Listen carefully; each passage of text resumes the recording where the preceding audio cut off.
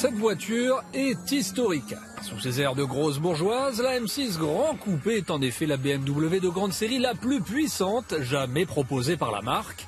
V8 biturbo 600 chevaux, rien que ça.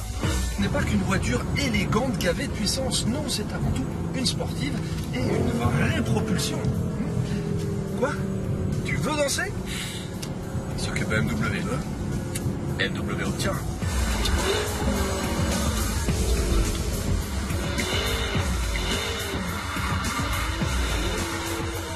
Il n'y a qu'un mot pour exprimer ces sensations, le panard. Forcément, quand on a toutes ces qualités, il est difficile de trouver adversaire à sa taille.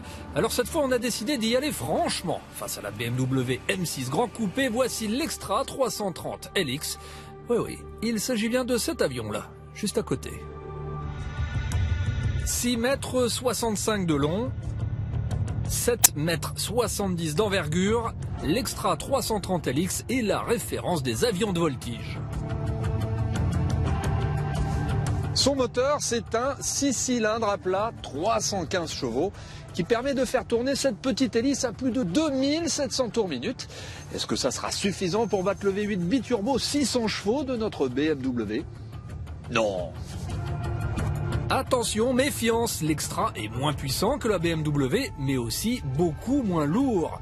Rapport poids-puissance, 1,97 kg par cheval, contre 3,25 pour notre M6 Grand Coupé. Ça risque d'être serré. Aux commandes de cette fabuleuse machine, Mélanie Astols, championne de France élite de voltige en titre et première femme depuis peu à avoir intégré la prestigieuse Red Bull Air Race. Voilà ce qu'elle sait faire avec un avion.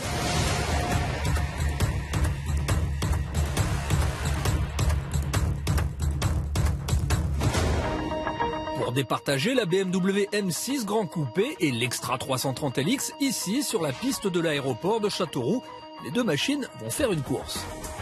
Un départ côte à côte, au sol, puis 3 km 500 de piste à fond pour la BMW, avant un demi-tour et un sprint jusqu'à la ligne d'arrivée.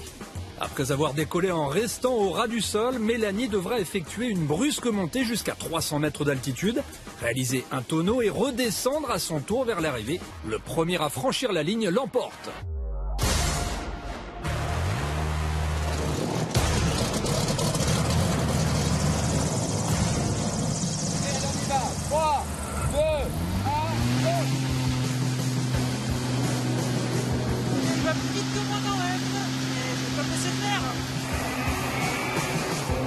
On passe devant. Mais il s'accroche quand même le coucou. Contre toute attente, l'avion tient tête à la BMW qui accélère pourtant jusqu'à 200 km/h en moins de 13 secondes. Ah là, j'ai Mélanie dans le rétro.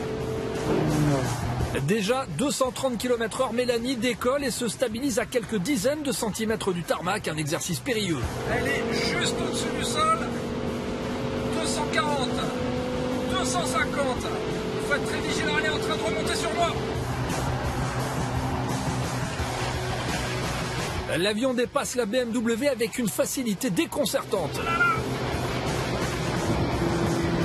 Plus que 500 mètres avant la zone de freinage et le demi-tour pour la BMW. Je suis quasiment à fond, 6e, 280. Déjà le bout de la piste, Mélanie prend brusquement de l'altitude, elle encaisse plus de 7 G, une contrainte ultra physique. On est à 300, allez ça y est. La piste fait 50 mètres de large, interdiction de se louper sur le demi-tour. Pendant ce temps-là, Mélanie termine sa figure et plonge en piqué vers la piste. Va-t-elle rattraper la BMW? Elle est en train de revenir, allez, à fond. On est presque à la ligne d'arrivée. Allez, il faut pas lâcher. Plus que 100 mètres et c'est la ligne d'arrivée. Yes. Waouh. C'est donc une victoire BMW, Darien. Bon Mélanie, ça va, pas trop déçu? Bah écoute, absolument pas Jérôme, c'était un plaisir. En tout cas, j'ai été bluffé par l'accélération de la voiture, ça envoie du lourd. Il lui manque juste une chose. C'est quoi? Bah, des ailes. D'accord. Bon, tu gardes ton avion. Je vais garder mon avion quand même, Bon. du coup. En tout cas, Denis, défi remporté. Une voiture peut venir à bout d'un avion de voltige, mais bon, on a quand même tout fait pour. Hein.